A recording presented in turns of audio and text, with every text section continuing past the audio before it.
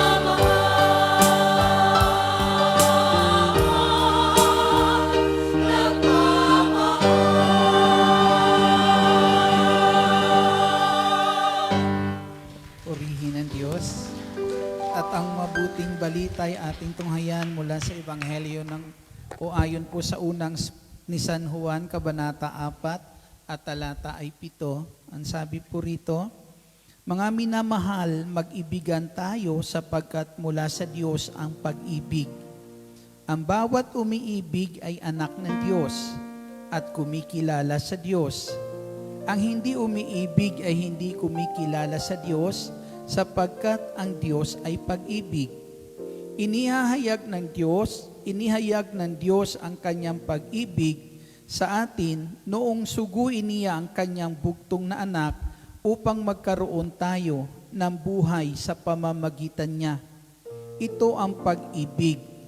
Hindi sa inibig natin ang Diyos, kundi tayo ang inibig niya at sinugo ang kanyang anak upang maging handog sa ikapagpapatawad ng ating mga kasalanan. Mga minamahal, yamang ganun kadakila ang pag-ibig ng Diyos sa atin, dapat din tayong mag-ibigan. Walang taong nakakita sa Diyos kailanman. Ngunit kung tayo'y nag-iibigan, nasa atin siya at nagiging ganap sa atin ang kanyang pag-ibig. Ito ang salita ng Diyos. Papurihan natin ang Panginoon. Ayan. At sige po, pwede na po silang maupo. Isang mapagpala at magandang hapon po sa inyong lahat. Salamat sa ating dakilang El Shaddai at dumating na naman yung araw na kung saan ang pagpapala po ng Diyos ay dumadaloy sa atin. Amen? Sa pamamagitan ng salita po ng Diyos na ating pinapakinggan at higit sa lahat, sa pamamagitan na kung saan ang Diyos ay nakakasama po natin sa dako pong ito. Amen? Nasa atin po mga kapatid, sa panahon po nito, natatanaw naman natin at nakikita at nararanasan sa ating paligid kung gaano nakasama ang mundong ating kinaruroonan. Amen? Dito sa atin, habang kayo dito sa bansa na to sa Hong Kong, hindi nyo masyadong nakikita o maaari nababalitaan lang kung ano nangyayari, lalo na sa bansa po natin, kung ano mga kasamaan na umiiral, na kung saan mga kapatid ay makikita po natin ang nagiging bunga po nito ay maraming tao na apektuhan, maraming tao na nasisira o naghihirap ang buhay. Amen? Dahil minsan sa mga pag-iral ng mga hindi magaganda po na sa atin pong paligid, mga kapatid, sa Panginoong Hesus, na sa atin po ngayon, mga kapatid, sa ating Panginoong Hesukristo, sa panahon po nito na alam po natin na kapag umiiral ang kasamaan, nawawala doon ang pagkilos ng Diyos. Amen? Kasi ang Diyos po hindi natin nakakasama sa mga ganitong mga pangyayari o nagiging kaganapan. Amen? Na kapag puro kasamaan, puro na kung saan ang umiiral ay hindi nakapagbibigay kaluwalhatian sa Diyos, alam natin ang Diyos ay wala po sa dako pong iyan. Amen. At habang wala ang Diyos sa lugar po na yan, walang pagpapala na pwedeng dumaloy sa buhay natin ayon sa pangako ng ating Diyos. Amen. Kaya ang tao, darating ang panahon kung saan ay sisikapin ng taong mabuhay ayon sa kanyang sarili at hindi naaasa pa sa biyaya po ng Diyos. Na kung anong umiiral sa paligid, doon aayon ang buhay po ng tao. Amen? Subalit mga kapatid, sa ating Jesucristo, sa taon pong ito, ipanalangin po natin na ang taon pong ito ay mapuno ng pag-ibig ng Diyos. Amen? Dahil kapag ang taon na ito ay napuno ng pag-ibig po ng Diyos, alam po natin mapapawi ang suliranin. Amen? Sapagkat kung saan naghahari ang pag-ibig ng Diyos, ang Diyos ay nakakasama po natin. Naruroon ang Diyos nito, mga kapatid, kaya mapapawi ang maraming suliranin kapag napuno po, kapag ang taon na to ay mapuno ng pag-ibig po ng Diyos, iiral ang mabuti. Amen? Iiral mararanasan natin ang kabutihan ng ating Diyos na makapangyarihan sa lahat. Kaya mawawala lahat. Amen? Walang magdarahop, Amen? Walang mangungutang, wala na rin magpapautang. Bakit? Kasi walang mangungutang. Amen. Palakpakan po natin ang ating Panginoong Jesucristo. Di po ba na kung saan mapatid sa ating Panginoong Jesus na iiral po yung kabutihan po kapag ang Diyos ang naririyan. Kapag ang Diyos ang naghahari at panalangin po natin na ang taon po na to mapuno ng pag-ibig po ng Diyos. Amen? Lahat ng may utang makakalaya. Amen. Totoo po yan. Lahat naman tayo may utang Amen? Lahat po tayo po mga kapatid sa ating Jesucristo na kung saan ay may mga taong gumagawa sa atin ng kabutihan na tinatanaw din natin iyong utang. Amen? Na kung saan ay magantihan din natin sila ng kabutihang nararapat nating gawin po sa kanila. Kaya kapag ito ang umiiral sa puso po ng tao na kung saan lagi natin tinatanaw sa buhay po natin ay yung kabutihan, na kung anong kabutihan ginagawa sa atin ng ating kapwa, kabutihan din maibalik po natin sa kanila, ang Diyos ay makakasama natin sa taon pong ito. Purihin po natin ang ating Panginoong Jesucristo. Walang iiral na kasamaan. Amen? Bagkus kabutihan ang iiral. Bawat isa ay magiging pagpapala sa isa't isa. Amen? Kaya sabi nga ni Brother Rick kahapon, sabi niya, lahat ay magiging kaibigan. Amen? Diba? Kaibigan na malapit, madaling lapitan. Diba? Mahirap utangan. Pero hindi na yan loloobin ng Lord. Amen? Loloobin ng Lord, lahat po ay makakalaya, anumang suliranin po natin mga kapatid, dahil pupunuin tayo ng Diyos ng mabubuting bagay na ating kailangan sa taon pong ito. Purihin natin ang Panginoong Jesus. Iisa ang pinagmumula ng pag-ibig. Iisa ang pinagmumula ng pag-ibig. Ang tanging pinagmumula ng pag-ibig po ay ang ating Diyos lamang. Amen? Ang ating Diyos lamang sapagkat ang sabi po dyan ay ang Diyos ay pag-ibig. Amen? Makita natin sa panahon kasi na to na kung paano umiiral yung kasamaan. Siraan dito, siraan doon. Amen? Ang problema nito, minsan mga kapatid, mismo yung mga Kristiyano, nakikisakay din. Amen? Sa mga issue na kung saan siraan na lang dito, siraan doon mga kapatid sa ating Jesucristo, na sa kabila dapat tayo mga Kristiyano, dapat po ay namamagitan sa pamagitan ng ating mga panalangin. Amen? Manalangin po tayo para na kung saan yung mga wala dyan sa umiiral na wala sa kaayusan ay patuloy magkaroon ng kaayusan.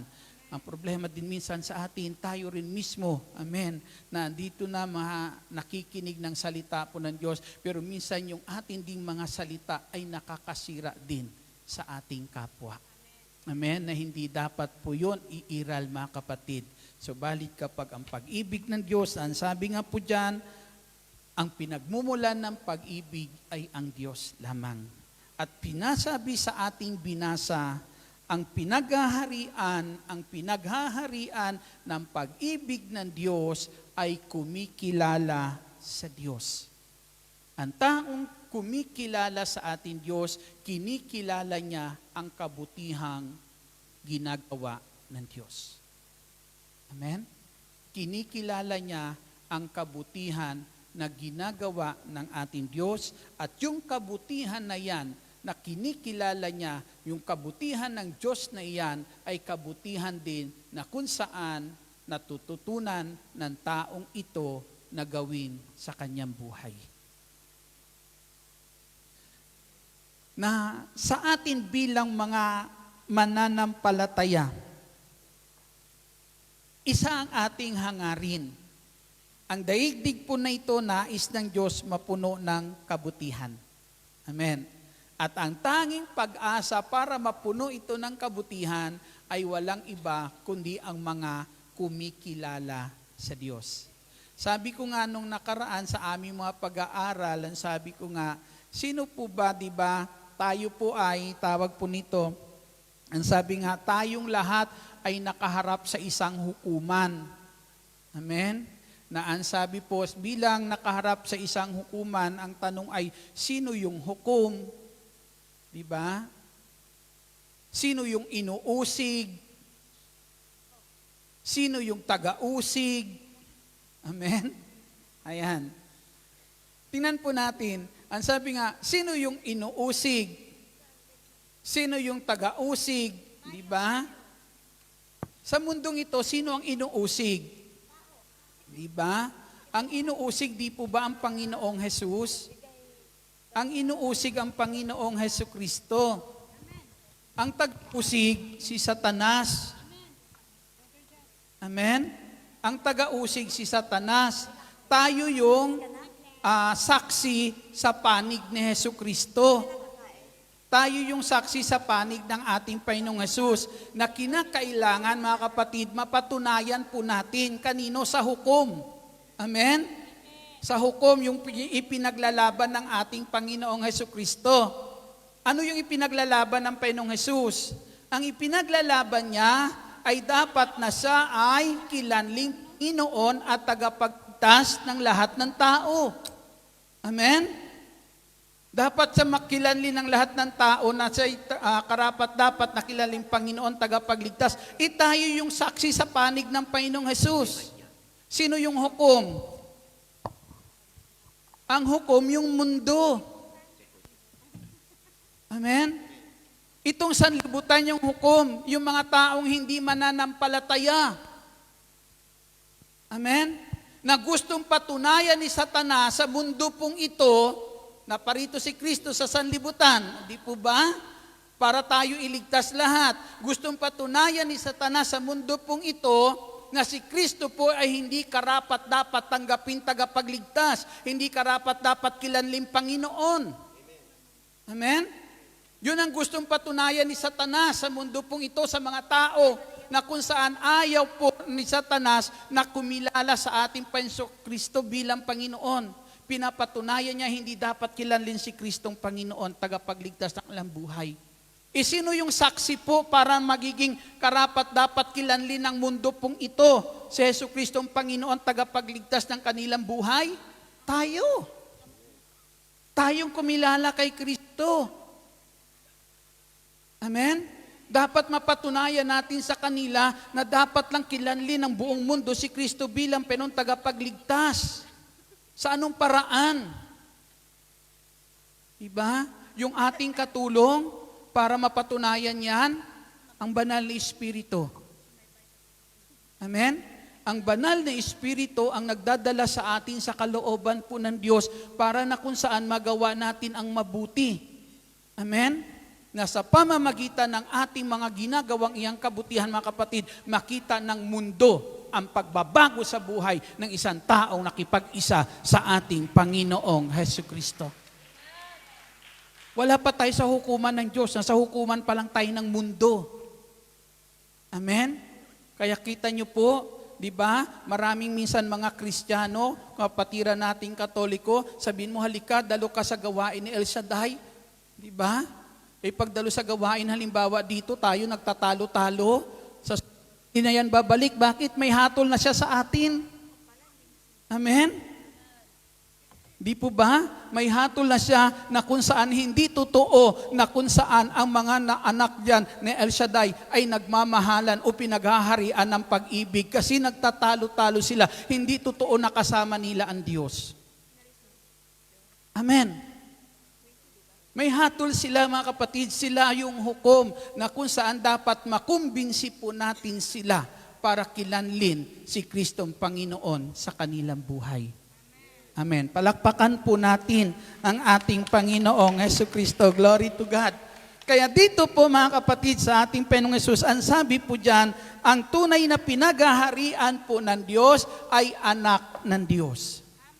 Amen? Anak ng Diyos. Kanino kang anak? Tanong mo nga sa kapatid mo. Ayan. Di po ba minsan may mga biro, nakarinig ang biro, nung ang sabi nung bata, nung nag-aaway yung kanyang mga magulang, ang sabi po ng nanay niya doon sa tatay niya, demonyo ka. Sabi ng nanay niya, ng tatay, ikaw, demonyo ka rin.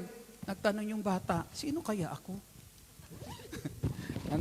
Kung yung mga tatay niya ay gano'n, mga magulang niya, o nga naman, sino nga naman siya?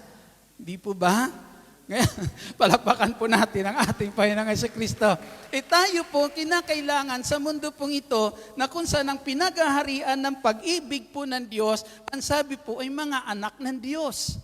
Amen? Kaya dapat mapatunayan natin sa mundo po nito, mga kapatid, na mayroong Diyos talaga. Amen? Mayroong Diyos na mabuti sa pamamagitan ng mga kabutihang ginagawa niya sa buhay natin at sa pamamagitan din ng kabutihang ginagawa natin sa pamamagitan ng paggawa ng kabutihan, mayroon ang ating Panginoong Jesucristo.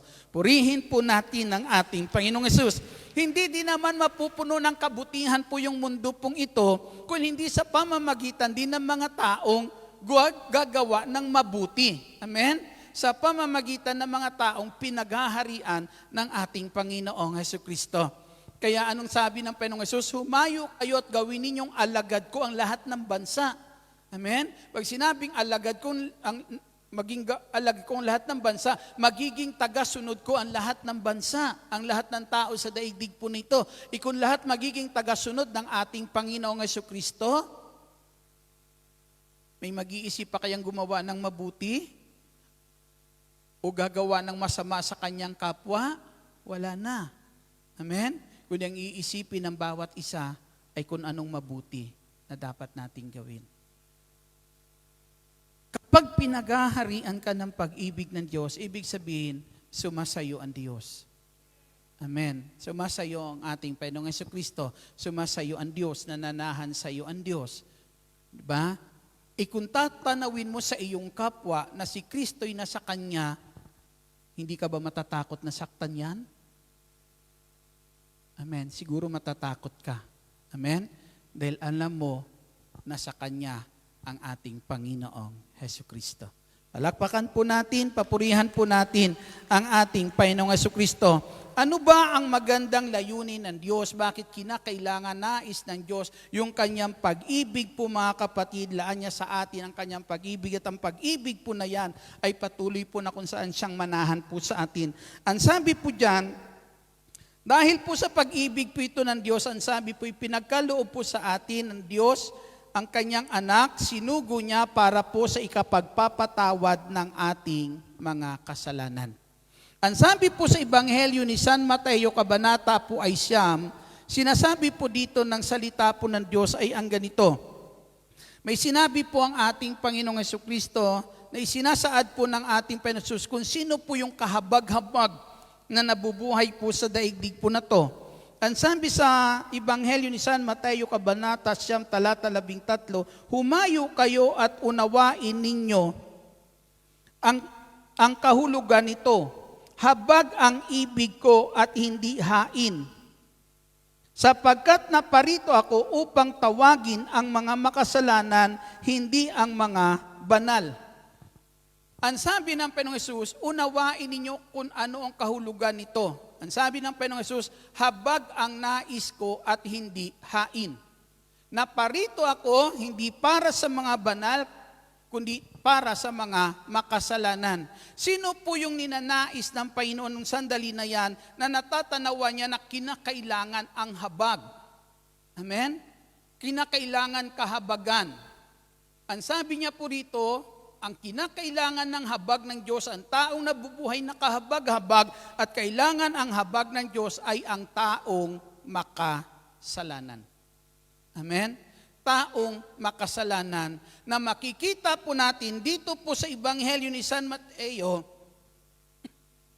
ang ating Panginoong Hesus nakisalo sa mga makasalanan na ang sabi ng mga tao sa kanyang paligid, bakit siya nakikisalo sa mga makasalanan?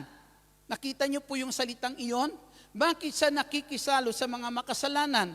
Para baga maipinapakita po dyan, pagdating sa pagiging makasalanan, ang isang taong makasalanan ay pinagkakaitan ng pagmamahal. Amen? Pinagkakaitan ng pagmamahal nung sandali po na yan. Subalit ang ating Panginoong Jesucristo, ang sabi niya, yung mga taong ito ang nangangailangan ng habag. Amen? Nangangailangan ng habag. Kaya ang ating Panginoong Jesucristo nung sandali po na yan, Ang sabi po, naparito po ang ating Jesucristo na kung saan ibinigay sa atin sinugo ng Diyos para ihandog ang kanyang sarili sa ikapagpapatawad ng ating kasalanan. Madali bang mahalin ang taong nagkasala? Hindi ganun kadali. Amen?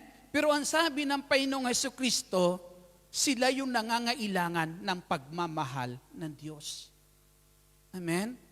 Kaya kung ang pagmamahal ng Diyos o ang pag-ibig mayroon ang Diyos, ang siyang naghahari sa puso po natin, tulad po natin, anumang ginawa nating kalapastanganan sa pangalan ng Panginoong Jesucristo at nagawa niya tayong patawarin, magagawa din nating patawarin ang taong nakagawa sa atin ng hindi mabuti. Amen?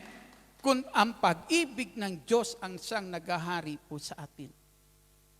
Amen. Mahirap hindi ganun kadali, mga kapatid. Pero, sabi nga, kung kasama mo ang Diyos, ba't hindi mo magagawa? Walang imposible sa Diyos. Amen? Diba? Minsan nananalangin tayo, Lord, hindi ko talaga matanggap yung taong iyan eh. Ayaw ko talaga sa Kanya, Lord. Di po ba?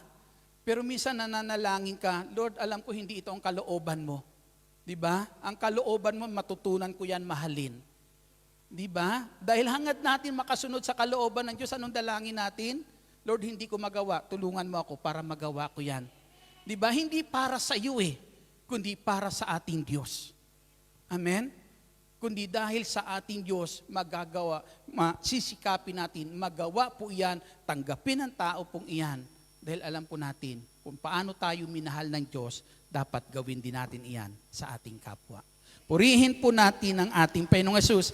Hindi ka naman uutusan ng Diyos na gawin iyan kung hindi niyan ipinadama sa iyo ng Diyos Amen? Kaya tingnan niyo lang po si Jonas. Siguro narinig niyo ang tungkol kay Jonas. Di po ba? Si Jonas. Nung pinapunta sa Nineveh po si Jonas. Di ba? Na ang sabi po na ang nais po ni Jonas, lahat ng taga roon ay magunaw na, mamatay na lahat, pero hindi yun ang ginawa ng Diyos. Ang ginawa ng Diyos, pinatawad sila sa kasalanan nila, na kung saan dapat sa loob ng 40 araw, nakaakda na dapat, nakatakda na nagunawin ang lugar na yon. Pero nagsisi po sila, pinatawad sila ng Diyos, hindi tinuloy ng Diyos yung planong iyon. Ikinagagalit ni Jonas yun. Amen? Ikinagagalit ni Jonas yung nangyari na yun, yung ginawa po yun ng Diyos. Pero bago po iyon, mga kapatid, gawin ng Diyos sa Nineveh po, yung pagpapatawad ng yun, si Jonas pinatawad ng Diyos. Di ba? Nung si Jonas hindi sumunod sa kalooban po ng Diyos, nung itinapon siya sa dagat, doon sa ilalim ng dagat, dininig ng Diyos ang kanyang dalangin. Di ba? Dininig ng Diyos ang kanyang dalangin. Ang sabi ni Jonas, bago siya itapon, ang sabi niya, may malaki akong nagawang kasalanan sa Diyos. Alam niya kasalanan yung kanyang pagsuway. Yung hindi niya pagsunod, pero kahit sa naroon sa ilalim ng dagat, dininig po siya ng Diyos. Pero hindi po nakita ni Jonas yon. Na bago patawarin ng Diyos sa pamamagitan niya ang bayan ng Nineveh po, sa ilang kasalanan, pinaranas muna kay Jonas ang pagpapatawad ng Diyos. Nang sa ganon, yung ginawa sa kanya ng Diyos, dapat niyang gawin doon sa bayan pong iyon. Purihin po natin ang ating Jesucristo. Kaya kahit nung sandali niyan sa kauli-hulihang bahagi ng aklat ni Jonas, anong pangungusap sa kanya ng Diyos? Ang sabi sa kanya ng Diyos, yung puno na yan, namatay yung puno na yan na wala kang pinaghirapan dyan, kusang tumubo yan, pinatubo ko para maliliman ka. Ngayon nung matay yung puno na yan, nalungkot ka. Sabi niya, ako pa kayang hindi malungkot sa kalalagayan ng bayang ito? Amen? Ako pa kayang hindi mahabag sa kanila sa kanilang kalalagayan? Kaya kahit sa huling sandali ng aklat ni Jonas, ang Diyos ng sandali na yan, pinipilit na kung saan bihagin ang puso ni Jonas na matuto magpatawad tulad ng ginawa sa kanya ng Diyos na pagpapatawad. Purihin po natin ang ating Panginoong Jesucristo. Malakas na papuri po sa Diyos. Na tila baga nung sandali na yan, alam po natin, hindi naman ang Diyos ang lumayo sa atin, tayo ang lumayo sa Diyos dahil sa kasalanan na ating ginawa. Pero dito ang Diyos, ipinapakita dito, ang Panginoong Hesus ay nakikisalo doon sa mga makasalanan. Amen? nakikisalo sa makasalanan ng ating Panginoong Kristo, ipinapadama ng ating Panginoong Kristo sa mga tao na ito na makasalanan, ang Diyos ay hindi malayo sa kanila. Tao lang ang naglalayo sa kanila. Amen? Pero ang Diyos kailanman hindi tayo nilalayuan. Kahit anong kasalanan ang ating nagawa, mga kapatid, sa sandali na ikaw ay magpakababa, dumalangin at humingi ng kapatawaran sa ating Diyos, andyan ang Diyos, handa kang patawarin agad. Amen. Bukas ang kamay ng Diyos para tayo tanggapin, mga kapatid, sa ating Panginoong Jesucristo. Hindi tayo iniiwan ng Diyos. Tayo ang nang iiwan. Amen? Pero kahit iwan natin ang Diyos, naririyan siya sa atin. Amen? Kahit na iwan mo ang Lord, andyan, sunod pa rin siya ng sunod sa iyo. Amen. Na oras na sandaling ikaw lumingon. Amen. Darating din naman kasi dumarating sa punto, mga kapatid, yung ating mga tinatahak minsan, may hangganan. Amen? At kapag dumating sa hangganan, anong gagawin mo? Di ba balik? Amen. Kapag bumalik ka, ang Diyos na sumusunod sa iyo, makikita mo. Makakaharap mo ang ating Panginoong Kristo. Kailan bumabalik ang tao kapag sinabi nang wala na siyang magagawa, saka na maaalala ang ating Diyos na makapangyarihan sa lahat. Kaya kahit anong lawak ng langit, amen, minsan hindi nakikita ng tao ang langit. May kasabihan, minsan, kung kailan nakatihaya na, saka nakatatanaw ang langit. Narinig niyo po? Ibig sabihin, kung kailan may sakit na, nakahiga na lang, wala nang magagawa, saka lang nakikita na mayroong langit, mayroong Diyos na naririyan para sa Kanya. Purihin po natin ang ating Panginoong Jesucristo. Malakas, malakas na papuri para sa ating Panginoong Jesus. Pangalawa po, ang sabi po dyan, mga kapatid, sa ating binasa, ang salita po ng Diyos na ito, ang sabi po ay, naparito po siya ibinigay sa atin para tayo bigyan ng buhay. Bigyan tayo ng buhay. Sa Ebanghelyo po ni San Juan, Kabanata po 15 talata 6, mayroon po doon inilalarawan na kapag ang isang sanga ay naputol, napahiwalay sa puno, ang sanga na ito ay natutuyo. Amen? Natutuyo. Nawawalan ng buhay. Kaya ang sanga na yan ay iginagatong na lang yung sanga pong iyan.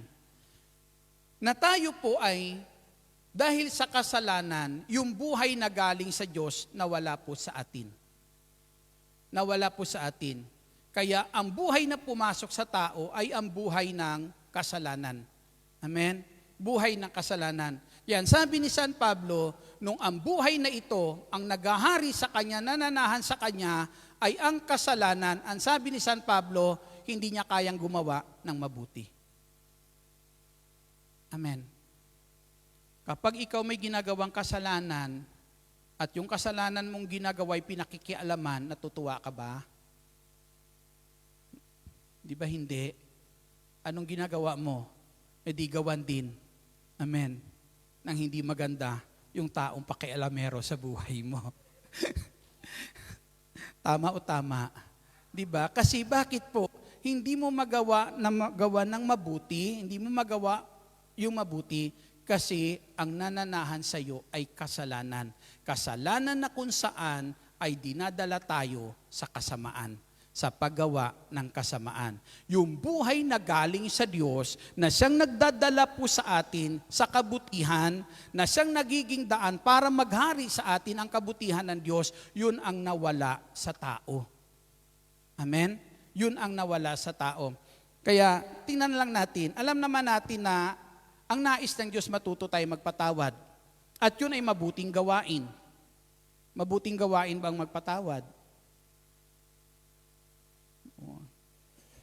Parang hindi pa kayo nagpatawad Parang may galit pa kayo Di ba? Mabuting gawain, magpatawad. Nagawa natin iyan, nung dumating na sa punto sa buhay natin, tinanggap natin si Kristo. Amen? Nakita natin na napakagandang gawain po yan. Napakabuting gawain po yan. Amen? Kaya natututunan natin gawin po yan kasi naghari na sa atin ang pag-ibig na galing po sa Diyos. Ito yung buhay. Kapag yung buhay na galing sa Diyos ay suma sa atin, mabubuhay din sa puso natin ay ang pag-ibig ng Diyos. Amen?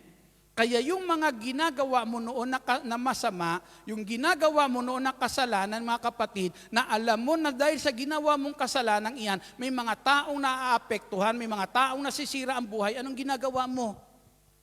Diba?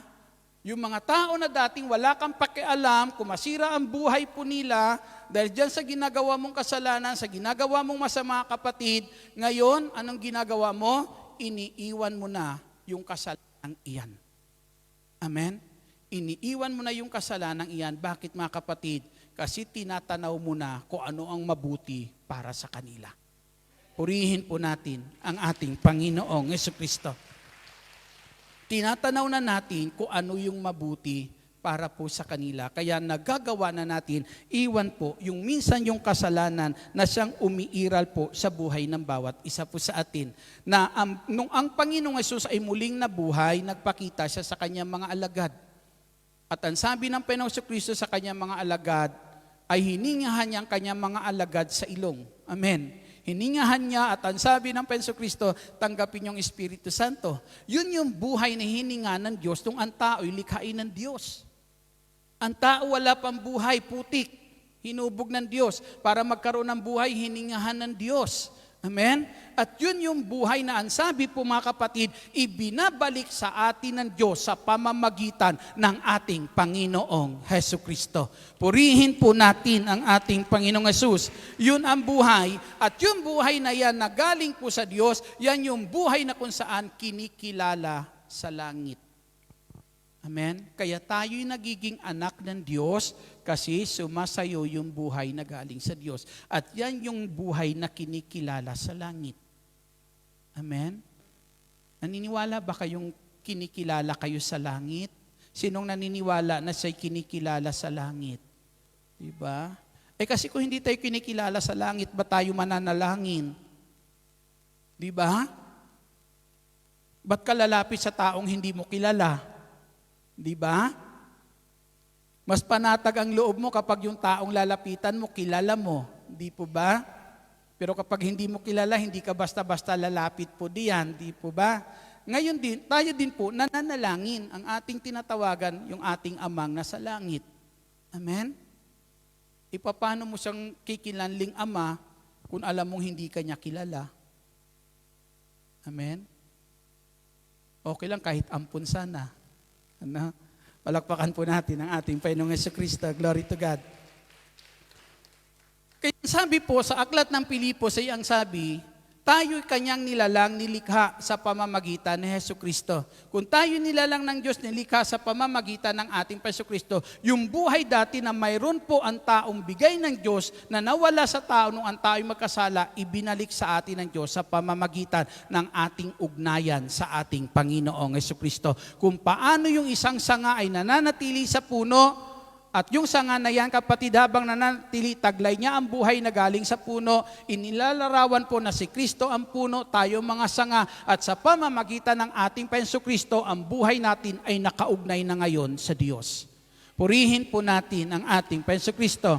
Kung ang buhay mo ay nakaugnay sa Diyos, nung ikaw ay hindi pa nakaugnay sa Diyos, sinikap ng Diyos na ang buhay mo maabot para maiugnay po sa Kanya. Amen? Para maiugnay po sa Kanya, mga kapatid. Ngayon pa kayang nakaugnay na, pababayaan ka ng Diyos. Amen? Kaya minsan ako nagninilay nung makarinig ako ng pukpok ng martilyo. Buhat sa malayo, may taong gumagawa ng bahay sa gitna kami ng bukid. May naririnig akong pagpukpok ng martilyo. Sabi ko, Lord, yung pagpukpok ba yan ng martilyo buhat doon sa taong gumagawa ng kanyang tahanan, ng kanyang bahay? Tinig mo ba yan? Kung tinig mo yan, mangusap ka sa akin. Pwede ba maging tinig ng Diyos yung pukpok ng martilyong iyon? Pero yun lang naman ang aking dalangin. Lord, kung tinig mo yan, mangusap ka sa akin. Ang daming tanong na dumating, paano nabubuo ang isang tahanan? Sabi ko sa mitan ng pag-ugnay-ugnay ng bawat bahagi, paano na iuugnay? sa gitna ng bukid, yung ginagawa niya kubo, hindi naman bunggalong bahay, kubo. Kaya sabi ko, pinag-uugnay-ugnay sa pangitan ng pako.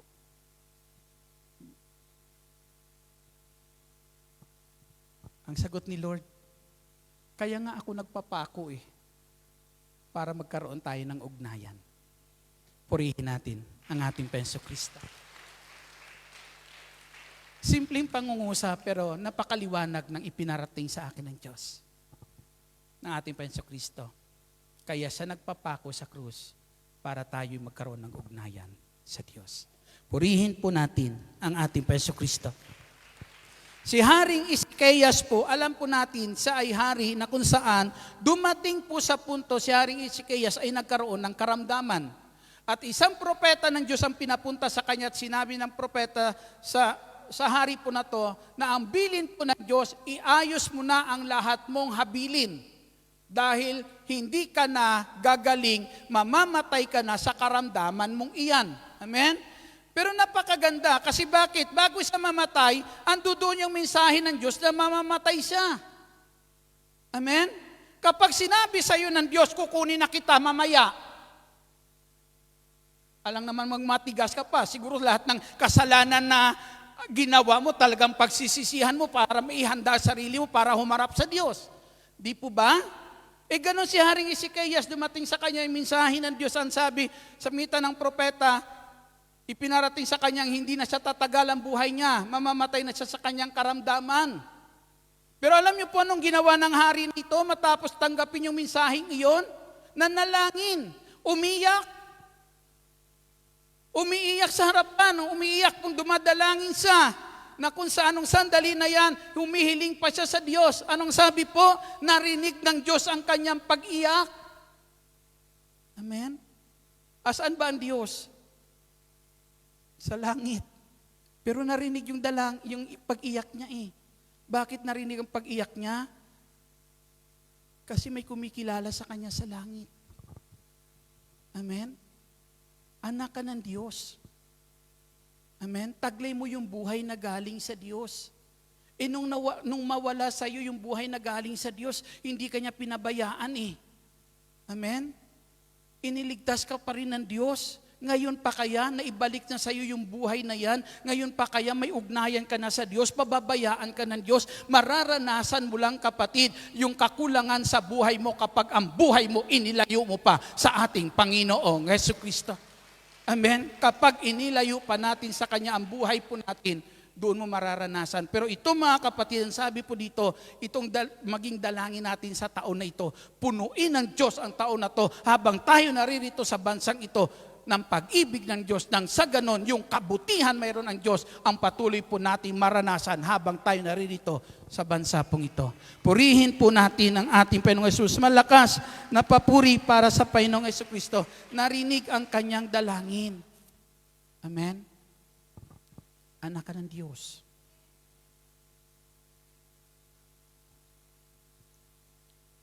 Kung mga magulang mo dito sa lupa, hindi kayang ibigay ang pangangailangan mo, meron pa sa taas. Amen? Meron pa sa taas. Sharing na ni sister kanina, di po ba nakaka-bless? Diba? Nung muli niyang ibalik ang buhay niya kay Lord, pinabayaan ba siya? Hindi. Amen? Pero nung sinasabi niya, nung dumating ang oras na umagwat siya sa Lord, amen?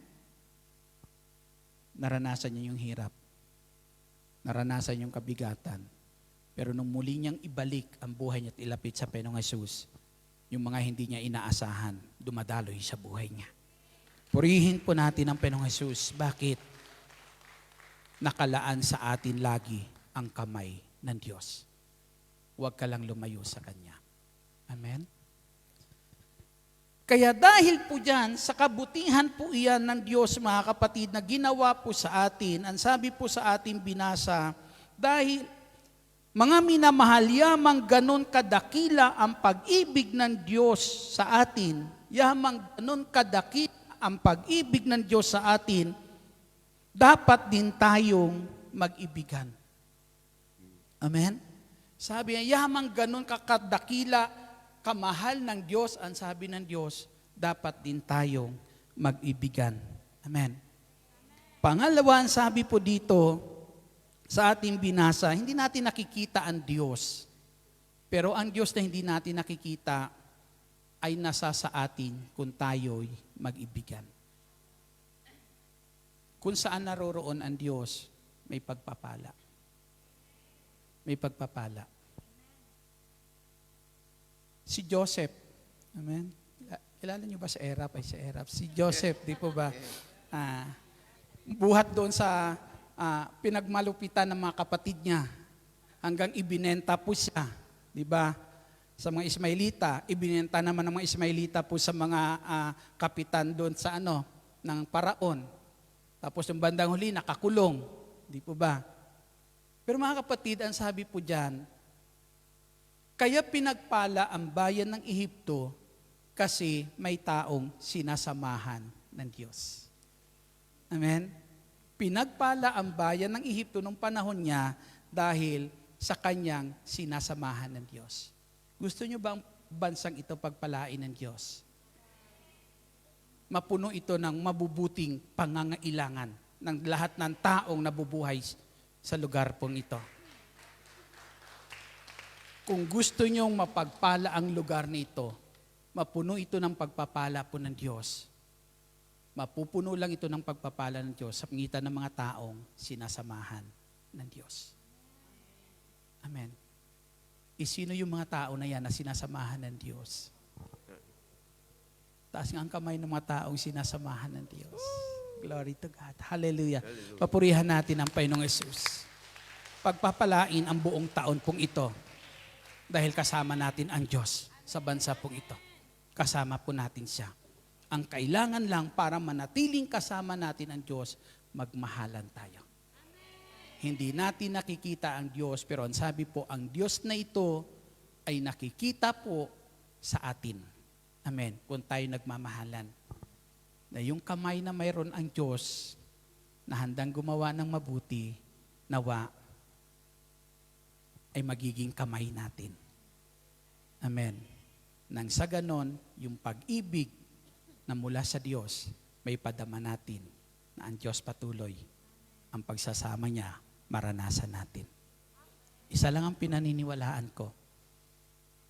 Kung sa lugar na yan, naghahari ang Diyos, hindi magkukulang ng anumang bagay ang mga tao sa lugar na iyan.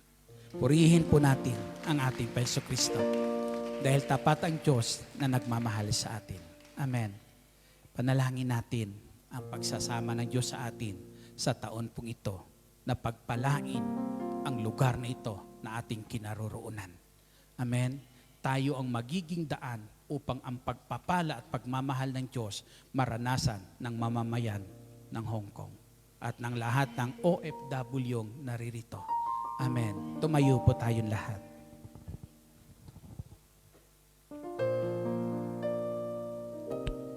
Yuko po natin ang ating ulo, pikit natin ang ating mga mata. Ama naming nasa langit, hangarin ng puso po namin ay makagawa ng mabuti o Diyos. Subalit hindi ganon kadali o yan, Panginoong Hesus. Kami dumadalangin na kami inyong samahan. Kami ay dumadalangin na kami po inyong pagharian. Dumadalangin kami, Panginoong Hesus, ang pag-ibig mo ang siyang patuloy pumuno ng puso po namin. Ama naming nasa langit, Diyos na makapangyarihan sa lahat. Buklurin mo kami sa lugar na ito, Lord. Kaming mga tinawag mo sa gawain mo, dakilang at Shaddai. Buklurin mo kami ng iyong banal na Espiritu. Buklurin mo kami ng pag-ibig mo, Panginoong Jesucristo, ng aming Panginoong Jesucristo. Pagsasama-sama dito sa banal mong gawain, O Diyos, ay patuloy magiging daan upang ikaw ay aming makasama sa bansa pong ito. At ang mga pagpapala mo, Diyos, dumaloy sa bansang ito, Ama, sa ngalan ng aming Panginoong Kristo. Hallelujah. Patuloy niyong kausapin ang Panginoong Hesus. Ilapit niyo ang puso niyo sa Kanya ngayon. Kausapin niyo ang Panginoong Hesus. Hingin niyo sa Kanyang ibig niyo ang lahat ng mabuting nais niyo. Kung paano iiral ang pagkilos ng Diyos sa ating buong buhay, sa ating pagsasama-sama po dito hinyo sa Diyos. Pinatawad ka ng Diyos anumang kasalanan mo. Inialay ni Kristo ang buhay niya para sa kapatawaran ng kasalanan mo upang muli mga kapatid tayo'y malaya makalapit sa Diyos, upang muli tayo mga kapatid saan? Makalapit at mahingi sa Diyos ang mga ating pananalangin, kahilingan. Nakikinig siya sa puso mo yun, kausapin ng Panginoong Hesus.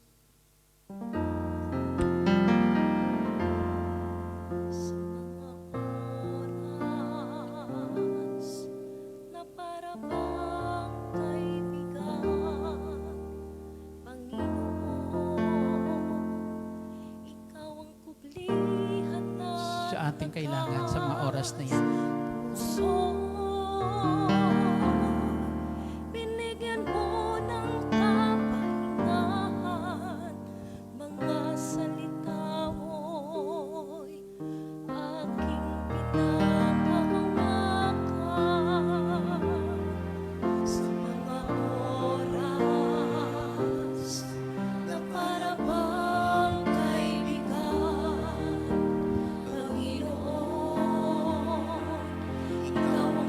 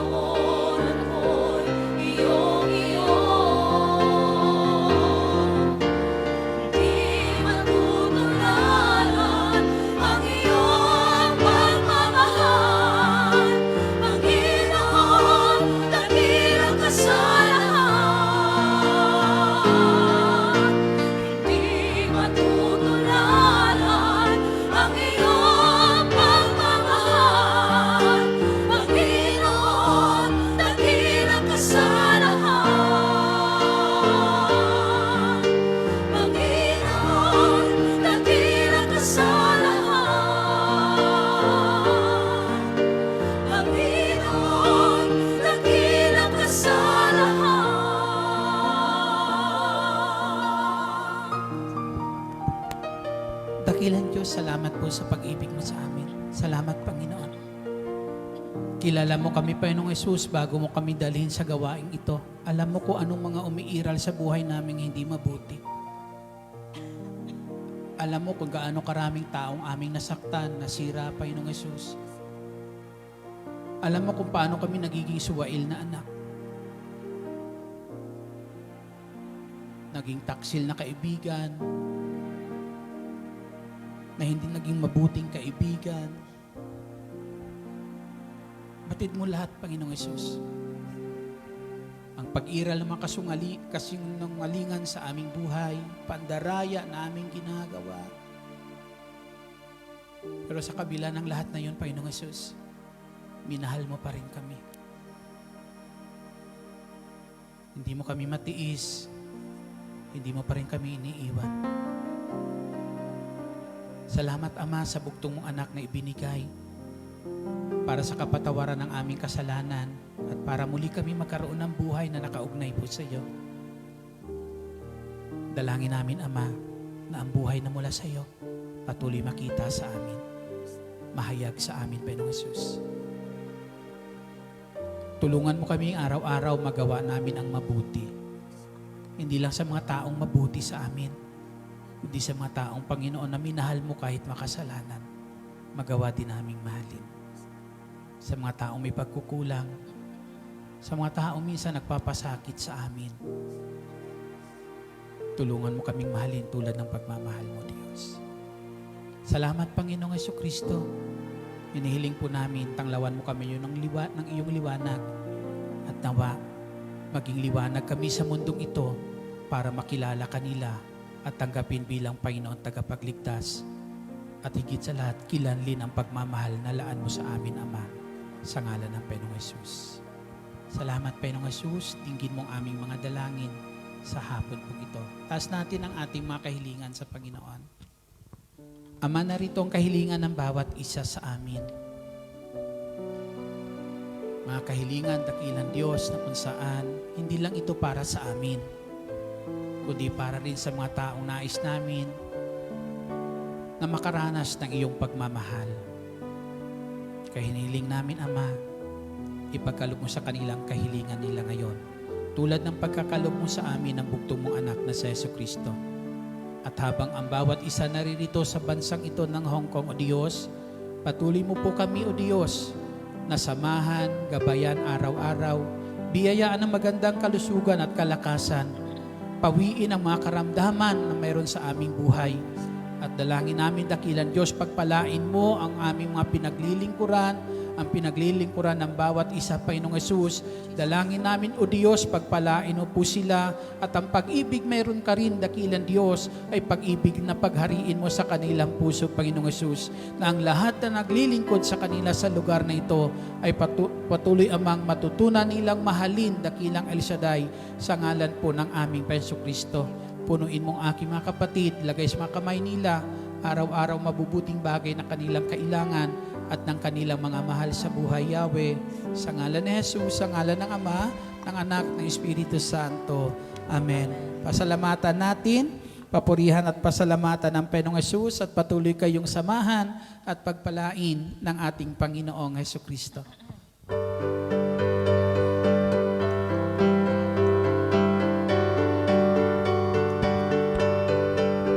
Salamat sa Diyos ng lahat, salamat sa Kanyang bigay, salamat ibinigay na si Jesucristo.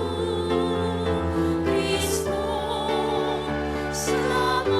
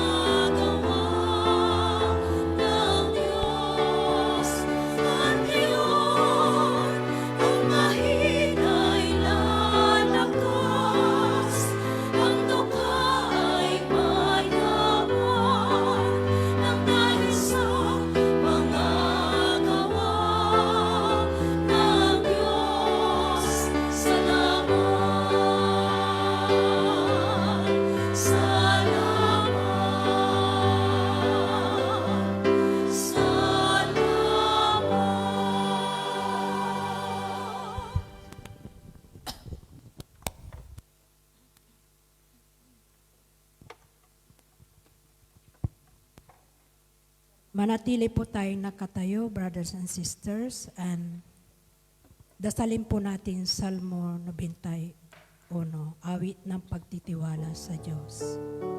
Siyang naghahangad ng pagkukup ng kataas-taasan at mananatili sa Kanya yung makapangyarihan. Makapagsasabi sa Kanyang Panginoon o katahanan, Ikaw ang aking Diyos, ang Diyos na tangi kong pinagkatiwalaan. Ika'y liligtas niya sa panganib sa umang nabitag, at kahit anumang mabigat na salot, di ka magdaranas.